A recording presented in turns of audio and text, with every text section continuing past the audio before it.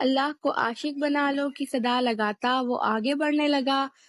جب اس کی نظر گلی میں کھڑی ہانم پر پڑی، فقیر نے غور سے اسے دیکھا تھا۔ اس کے چہرے پر چمکتی خاص چیز فقیر کو ٹھٹکا گئی تھی۔ اس چمک کو چھپا لے، یہ بہت سو کو برباد کرے گی اور بہت سو کو آباد۔ وہ اس کے سامنے کھڑا ہوتا چلایا تھا۔ ہانم ڈر کر پیچھے ہوئی اور پھر وہ فقیر آگے بڑھ گیا، جبکہ وہ دھڑکتے دل کے ساتھ کچھ بھی سمجھے بنا گھر کی طرف بھاگی تھی۔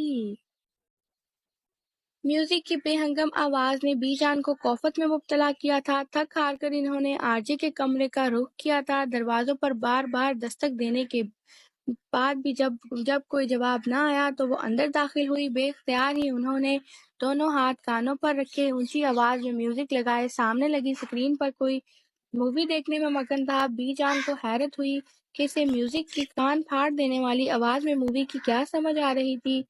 ارے بی جان آپ! اچانک اس نے ریموٹ اٹھا کر میوزک بند کیا۔ نظریں ابھی بھی اسکرین پر جمی تھی۔ بی جان کو حیرت ہوئی تھی کہ اسے کیسے آنے کی خبر ہوئی۔ وہ ہمیشہ ہی ایسے ہی حیران کرتا تھا۔ یہ کیا تماشا لگایا ہوا ہے تم نے؟ سیدوں کے گھر میں اتنی بے حیائی، شرم نہیں آتی تمہیں؟ بی جان نے اسے ڈانٹا۔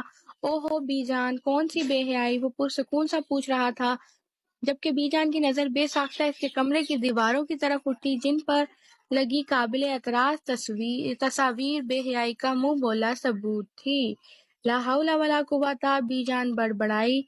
ایک دو بار بی جان نے اس کے جانے کے بعد یہ تصویریں ہٹانے کی کوشش کی تھی، لیکن پھر ملازموں کی ایسی شامت آئی کہ اب سب اس کے کمرے کے آس پاس بھی نہیں بھٹکتے۔ ملازم کیا سوچیں گے کہ جس خاندان کے افراد کبھی ٹی وی تک نہیں دیکھتے، اس خاندان کا وارث ایسا کیسے ہو سکتا ہے؟ بی جان کو اس پر افسوس ہوتا ہے۔